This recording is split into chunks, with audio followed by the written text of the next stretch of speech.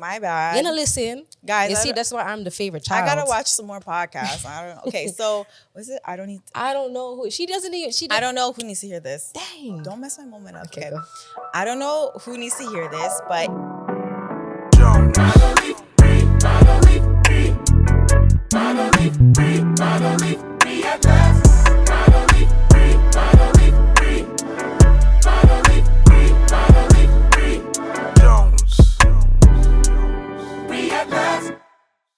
Welcome back to the Parked Car Conversation, where we have those difficult conversations that are sometimes hard to digest. This is the Faith series, Faith Unfolded, and today's guest is one of a kind, I must say. She's one of the people that I've known. She's literally known me my entire life, being that she's my older sister, also known as my childhood bully. We'll talk about that later, though. Before we get started, though, these socks, you've had a hand in them. I remember it. Like, one time we launched it, and she was outside like, pair of socks, you need it. Pair of socks, so you already know. You got a purpose, you need them. You have a purpose, you need a reminder, these are socks for you. So stay tuned, those socks, if you need them, holler at me. So this is my sister, Jade. Jade, do you want to introduce yourself? I could give you a introduction. Yeah, let me hear it. And now, starting lineup. 5'11" and a half. Ooh. Round up 6'6". 6 footer. She's a whole. I tell people my whole life, I'm like, yeah, my sister's a footer. They're like, no. I'm like, no, she's a footer. We grew up in the same house. We had the same mom and dad. So to give you guys a context of where this is going, we've grown up in the same households. With that being said, we are very different. You guys probably see throughout the conversation. And the reason why I wanted to get her on this series is because she doesn't talk much. If you know Jade, she doesn't. But I was like, this is the perfect opportunity to get her, because if I'm talking about God, Jade can't say no. Jade won't say no, because Jade has been, I've said like, yo, come on the Parked Conversation. She's like, absolutely not. Nope. So today I got her because this is a woman of faith, a Christian woman of faith. And when you guys see me online, I know I had a video before. It did numbers. It did over like a milli or something, you know what I mean? And I was talking about fasting. And I said, my sister did a fast, 21 days, no food, just water, right? And everyone in the comments is just like, yo, that's cap. I'm like, no, like real life, I saw you in our house, go 21 days, no food, no nothing. Like you literally look delusional. So what I kind of wanted to talk to you about one-on-one, it's like, what made you start getting so deep into faith? Like there was a jump. I don't know when it was, but there was a time where all of a sudden I realized, I'm like, oh, my sister's like getting really serious into faith. I think for me, talk up. As a young adult, you go through some things, you go through some situationships, and you get to a point where you realize there is something missing and I don't have it. And so I remember, I think I had just gotten out of some relationship or whatever. And I said, this is trash. This is terrible. And so I said, God, I'm going to give you a year. It's going to be me and you, and we're going to figure it out. I'm not going to talk to nobody. I'm not going to do nothing.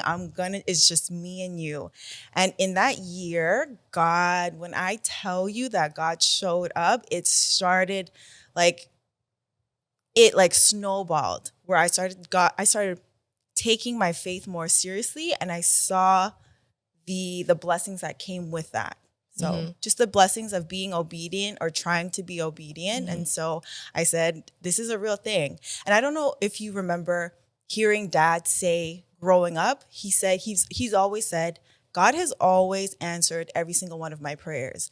And I said, can that be real? And so once I started, taking the time out of my day to speak to God and to commune with God, I started to see the repercussions or just see him show up for me. And so I said, this is a real thing. And yeah, that's just kind of how I just started on this whole journey. Well, to that point, our parents are both Christian. Our mom is Catholic. Our dad's non-denominational. Yep. But I feel like I was introduced to faith via our parents. Yeah, specifically being Dad, how vocal he was. Like, if y'all don't know my dad, our dad, my dad first, or your dad first, whatever. Yeah, my dad first. Whatever. But sure. If y'all don't know my dad, he's very loud. Like from the top of his lungs, he just praises God's name. Yep. whatever he's talking about is going to be loud. And so from we were very young, I remember dad telling us things like God showed him this. Yep. God showed him that someone is going to die, and then boom, them dead, you know. Yeah. And I was like, hey, like I remember being in the car. I don't remember he told us one time that Popo was going to get really sick or she was going to die. And I remember being like, I hate this. I hate that dad is so connected to God, because he's like, I don't know, not in my mind, I was so young. I was like, he's prophesizing things. Like he's always like scaring me. Yeah. But he showed me from a very young age, like to be fearful of who God is. He's like, God will show up. I do know that. I do know that. For sure. And then with mom, I feel like our mom was like a testament to like what God's work has done. Like she's such a good lady. Yeah. She'd go through so much and she just always saw it. So I'm like, this has to be God's work. You know what I mean? So in terms of like that year that you took, I remember walking into your room sometimes, you know, little sister stuff. I like knock on her room. She's not answering. You don't knock. You don't knock. I would knock sometimes. You barge. Most of the time I would knock. It's fine. But I would remember like walking to the room and you're like on the floor praying. So like if someone out there is struggling, because like you said, you went through a bad breakup. I remember that.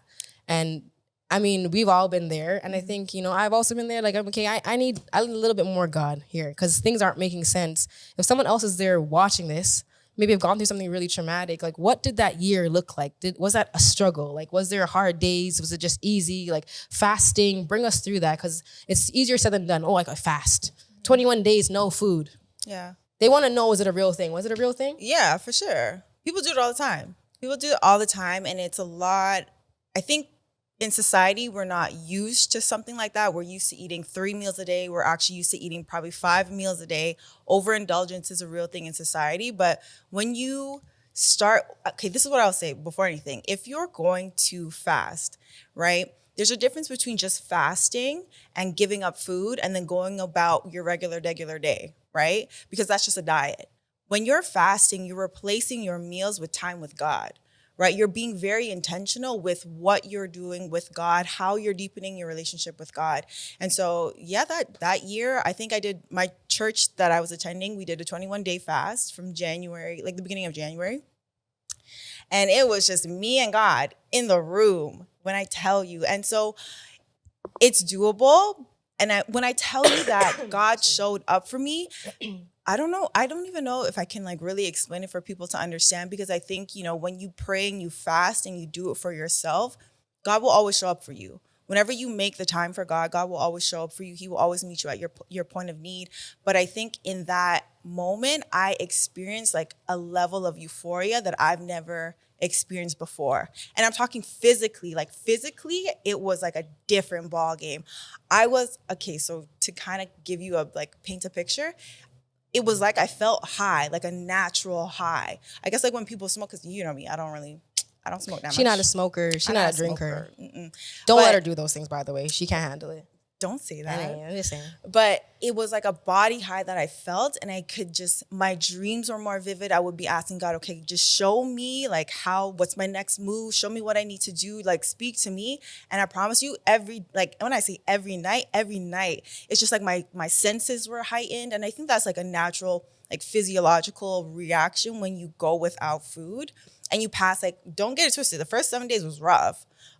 First 7 days, my stomach is grumbling. I'm upset. That's why I was in my room, because I was like, nobody talk to me. Because if you talk to me, I'm unleashing the beast at you, right? Mm-hmm. But once you pass that, there's a level of, I don't really know how to explain it. But I saw it from the outside, but yeah, I don't know how to explain it, to be honest with you, but I encourage everybody to try it. I know a lot of people will say, oh, that's impossible. I couldn't even go 3 days without food, but just try it. Take it one day at a time. And yeah. I remember walking into your room, and I remember saying that, publicly. People know I'm a smoker. Yeah. I'm like, girl, you look high. And she was like, I know. Her eyes were like this. She's like, I know. I'm like, how many days? She's like, I don't know. You never wanted to tell me. Yeah. But I think that I can respect is because what you do for God in private, you were like, this is for me. It's not for show. Like, you didn't want me to talk about it. You barely wanted to tell us because, we're very vocal. You'd be like, she's probably going to go tell people. And, so I can always respect that. Yeah. And, with that being said, I'm going to share my faith journey here. Once it. upon a time, I think it was 2019, 2020. My sister one day, she asked me, she's like, "Can I borrow your car?" Oh, And I'm like, you know where I'm going with this. Yep. And I'm like, yeah. I'm like, where are you going? I normally don't ask you where she's going. And she's like, oh, I'm going to church. I'm like, oh, what are you doing? She's like, I'm getting baptized. And like during that time, was I going through a breakup? No, I wasn't going through a breakup. No, you weren't. But I was just lost in the sauce. I was lost in the sauce, y'all. I was around a lot of people. I was seeing a lot of things, sex, money, and drugs. Yeah, for right? real. I was around a lot of that. And so I said to her, I was like, I felt it in my spirit. I don't know. I felt something in me. I was just like, can I get baptized too? This might have been like a Thursday. And she's just like, yeah, I guess. Yeah, come. You know, why not? And so I went and I got baptized the same time my sister got baptized. But very quickly, when I got baptized, girl, I'm not gonna lie to you. Girl. I seen her get baptized and I'm like, this don't look like what my baptism looks like. Like when she got baptized, you were like crying. It looked like it meant a lot or meant extra to you. And I was like obviously happy, but I was like, oh, this didn't hit like hers hit. Yeah. And then come to find out, I feel like you were doing the groundwork. I mean, I'm gonna talk about it anyways. I'm your little sister. Like you read the Bible in 30 days. Yeah. I have yet to read the full Bible. Yeah. You know what I'm saying? And then lo and behold, quickly after I got baptized, my life went to shit. I ain't gonna lie. I was like, start to make sense of it. I'm like, okay, God was saying to me, let me see if you're ready for this journey. You say you're ready. Let me see if you're ready. And oh boy, the enemy came and just attacked me. You remember that? Me. It's a real thing. Ooh, I went through it. You gotta understand, like when you decide to give your life to, this is the thing, right? People can get baptized, but ultimately what you're doing is you're giving your life to Christ. You're saying, listen, God, this is a journey. Like I'm on this walk with you. This is no longer a game. I'm trying to live how you've called me to live. The Bible says very clearly what he tolerates and what he doesn't tolerate. And a lot of the things that he says he doesn't tolerate, it's a lot of like things that our flesh will crave, right? And so if you hop on that journey and you're not ready for that walk, the enemy will try to come for you at every single angle. And for real, he came, he came for me. He didn't have to try too hard. I'm not gonna lie, because I would say I look back now, I was just like weak in spirit. I really was. Yeah. Like I wasn't even in my Bible. But I feel like, do you think though, were you disappointed in me at that time? Were you just like, oh, because you were doing the groundwork, getting baptized? Yeah. Were you just like, this girl's not ready, but like, let me not block her blessing? Like, what was going through your mind at that time? No, I don't think I was disappointed in you because I feel like because mind you, I was still early on in my own journey and I didn't really understand how a lot of this stuff works, right? People got to understand there's like a spiritual realm that we don't see that things operate in, right? And so at that point in time, I don't think I realized like what it really entailed, like the groundwork that was supposed to, or that goes with being baptized. And so, no, I wasn't disappointed in you. I just, I went into prayer for you though, because I mean, at the end of the day. Thank you, my sister. Of course. But at the end of the day, you have to understand that's why you have to be surrounded with people who, like, for example, like godly counsel, right? Because these are the people that are going to step in and intercede for you. These are the people when, like, for example, there's so many times in life where you're going to go through things and you physically don't have the ability, you don't have the strength to pray for yourself. That's why you need to be surrounded by people who are in the word, who, are just on fire for God as you are, because these are the people that are going to step in that moment and pray on your behalf for you, right?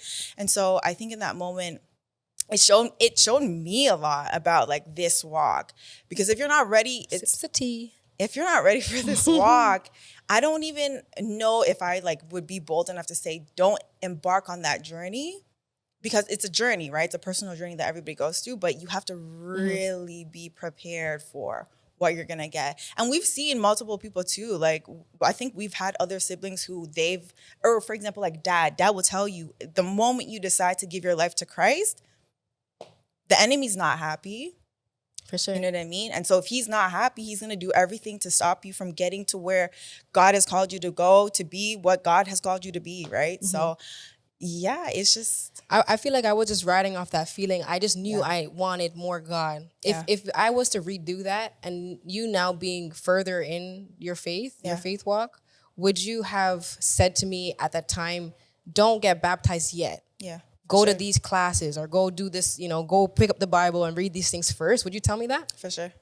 Yeah. It's good to know, because someone out there is probably watching. They're like, yo, I have an inclination to also, find more God and getting to the Bible. I want to get baptized. Maybe that's where they think they need to start. But maybe before getting baptized, there's other groundwork that needs to get done first. I think it's a matter of just be ready to do the groundwork, because like the actual act of getting baptized, for example, and giving your life to Christ, God will meet, like I said, God will meet you at your point of need, right? So it's not about being perfect. I think sometimes people think, oh, I can't get baptized because my life is a wreck. I'm this, I'm that, and I'm doing this, this, and this. Mm-hmm. But it's not about being perfect, because God wants you to just come to him, right? Mm-hmm. When you look through the Bible, when you read the Bible, like Jesus hung out with the sinners. He's not hanging out with the Pharisees. He's not hanging out with the people who think they had their life together, right? And that's what God is. God is there to meet you wherever you are, to walk with you on this journey. So I would just say, if you're thinking about getting baptized and giving your life to Christ, just be ready for the groundwork that needs to come with that. Because it's not a joke. Like it's this walk with God is not a joke. Like being in communion with God is not a joke. Yeah. He can literally do everything and anything. The God that we serve, he's so great, he can do anything. Greater things than what our imagination can even think of, right? Yeah. And so you gotta be ready for the journey. Fair enough. And so, I have a very inquisitive mind. Yeah. I ask a lot of questions. Yeah. In your own faith journey, have you ever questioned the Bible, the things in it? For sure. I remember there was a time, I think when Z was first born. Zachariah is my son, by the way, if someone doesn't know. Yeah, when he was first born, I think I was going through it and I was like, how do people believe the Bible? Like I was like, the Bible is written by humans, it's written by men, like men are sinners. What do you mean like this? I have to believe this word for word. And I remember I think I was speaking to one of your friends and they were just like giving me pushback and I was like, no, this makes no sense at all. And I do remember that. Yeah. Oh, wow. Remember? Sips the tea again. Yeah. Mm-hmm. And so I was very adamant, like, this makes no sense. Makes no sense. You just brought me back in a different time. It's true. If y'all don't know, like, you really went through a journey. Because I remember that time you were almost like, no, the Bible doesn't make sense to me. You can't tell. And I remember we were in a car. Yep. And you're like, you can't tell me the Bible makes sense. Yep. It doesn't. And to see you now. The reason why I really got her on, the pod today is because I was at church on Sunday, Resurrection Sunday. Mm-hmm. Thanks be to God. And I saw you on stage, girl. I was like, yo, Mom, that's Jade on stage. And my mom was just like, Jade's on stage. I'm like, that's Jade on stage. Do you think that like God has given you like a new sense of confidence? Because these are things that like I would have never seen you do ever. I think for sure, because when you get to a point with your relationship with God, you understand like you can do anything through Christ who strengthens you, right? But you got to understand like God has given you like, I don't know, I don't think this is like enough time in a podcast to explain it, but when you understand the authority that like Jesus has given you to walk in and to do things and to move mountains and all that stuff, it's real. It's real. And so I will also say too, like, I think, when you heard me speak at church, it was just me sharing my testimony of just what God has done for me. And I think, when I understand where God has brought me from a place where I was like, the Bible's not real. Humans wrote the Bible's not real. I can't believe it. I can't trust it. Like I basically was saying this is foolishness. And to see God show up for me, even in those moments where I turned my back on God and I said, I'm cool, God. Like, I'll be over here. You do your thing. God still found me. So that's why I say when God will always meet you at your point of need. Mm-hmm. So if you're in a place where you're seeking God, you're wanting a deeper relationship with God, continue on the path because he will find you. He's either going to send people to give you more information. He's going to open doors for you to meet new community. He will always find you. Mm-hmm. And so that's kind of like my advice for people is always seek the truth. Always, if you have questions, for example, like you, I know you're going through a period where you're super inquisitive, always asking a bunch of questions. Keep asking those questions, but you got to understand because of the way social, like, for example, society is, the access to social media, the access to information is so vast, right? But there's so many things that people can say on the internet that might not necessarily be true. So it's so important, if these are the questions that you have about God, that you get the answers from people who read the Bible, who are in their word, who are actively practicing to get closer to God, to know Christ better, right? Because I do think I need to start a Bible study. girl, yeah. You know what I mean? With the global maybe, community, some people out there don't know. I'm being honest, okay? You guys know on Parker Conversation and just on my thing, I'm always gonna keep it buck. I've never completed a full, book, anything, and I mean, to call myself a Christian, I do want to say, like, I have read the entire Bible, like literally, like front to end or however. So, I mean, if someone out there is watching this, if y'all want to do a Bible study with me, hit me. Maybe you could, read a little bit here at a time. I think sometimes it becomes overwhelming. For sure. Reading, I fall asleep so fast. I know someone out there is watching me, like I fall asleep. But then I think you said it one day. I'm always like, yo, I don't like to read. That's the enemy. The enemy is like, oh, you're picking up a Bible, sleep. Sure. Because there's information in books. Oh, there's, I'm reading a powerful book, sleep. But there's also other different ways too that you can read the Bible. Tell us, break it down for us.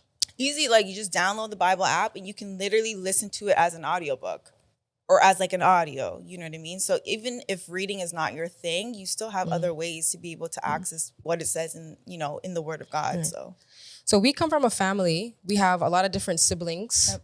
We have a lot of different cousins and whatever. There's a lot of different faiths within our family. Yep.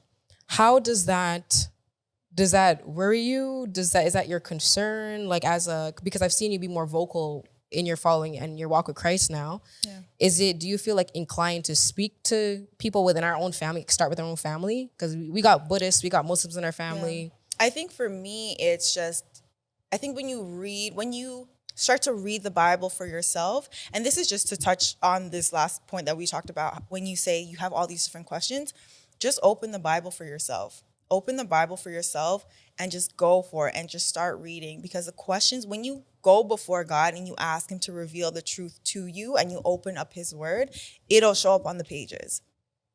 No ifs, ands, or buts. And so when you come to a point where, well, at least for me, I know there's nothing that anybody could tell me that God isn't real, that what Jesus did for me isn't real. Because at the end of the day, I've seen him, the way I've seen him operate in my life. No ifs, ands, or buts. And so when you also open up your Bible and you read kind of like what the story is of when we go from Old Testament to New Testament, how everything's intertwined, how there's no way that any of this could be fake because it's so intertwined. It's such an intricate story. You get to a place where when the opportunity arises, for example, you don't shy away from the opportunity to share what the gospel of what the gospel is. Because I think there are people, for example, like, let's say, for example, people in our family, if they're Buddhist, they might have never even heard of like Jesus. You know what I mean? And so the opportunity for me, at least, now, like going forward, if the conversation arises, yeah, for sure.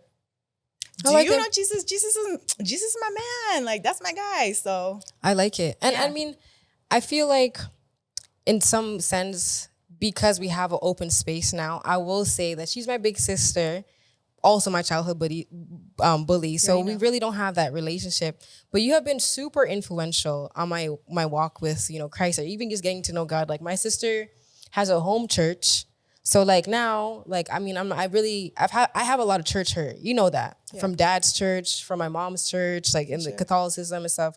A lot of things didn't make sense to me. But now my sister has a home church. So like when I do get to go to church and I bring myself, I go to her church. Or in the mornings, I would just walk by the washroom and she's listening to Maverick City music. She's listening to like pure gospel music. And I was like, oh, I like that. Because, here sometimes Ramping Shop coming in the morning. My playlist. It's just all over the place. Right. And I started to think, I think that's the importance of having, like you said, having like a community of people around you who are like walking the walk. Right. Because it has been super influential. So I will give you your flowers. I will give them to you. Okay, girl. You know what I'm saying? Having you in the home, but also when I've had questions, like when I got baptized, it was like because my sister was like there. And it's like, I've seen how you've leveled up, and it makes me appreciative. Wow, Mom, girl. Look at this. Your two daughters getting along for the so camera. Nice. And so, continuing on your walk, if you were to just like, let someone know something, Yep. you know, give them I don't know who needs to hear this. I know you're a simple woman. We got to keep her episode short. And she don't do too much talking. If you were to, I don't know who needs to hear this. This is your moment. That's your camera. Listen, I encourage everybody. No, Jade, you gotta start with I don't know who needs to hear this. Oh, my bad. You know, listen, guys. You see, that's why I'm the favorite child. I gotta watch some more podcasts. I don't know. Okay, so was it? I don't know who. She doesn't even. I don't know who needs to hear this. Dang. Don't mess my moment up. Okay, go. I don't know who needs to hear this, but if you are in a place where you are searching for God or you're searching for something and you don't know what it is, I encourage everybody to get in communion with people who read their Bible, open up a Bible, just Google the Bible if you don't have a Bible. Because if you're searching for God, how I've come to know how God operates is he will come and he will find you, but you need to be searching for him. So if you're looking for God, keep going on that journey. Find a community of people who, you know, read their Bibles and stuff like that, because you'll get to a place one day where you're like, hey, me 3 years ago, I was lost. But now, and I don't want it to sound cliche, but it's like God will find you, you'll be found, and you'll be laughing. I was lost, but now I'm found. Yeah, what song is that? Girl, I think it's a Bible verse. No, that's a song. That's a Christian song. I was lost, but now I'm found. Are we going to... It's a verse, but they make it into a song, no? Girl. They make all of them into songs. Well, you know what? Just continue to, you know, be in my life. And as you walk, you know, I'm sure I have some people, my team is laughing at me. I'm sure I just have good people in my corner. And so I'm appreciative. And I'm thankful that you decided to come on. This is probably the first and last time y'all gonna see her on the Parked Car Conversation. For sure. I know this for sure. Unless we continue the Faith series and we'll get back here again. So until next time, my sister in Christ. Peace, y'all.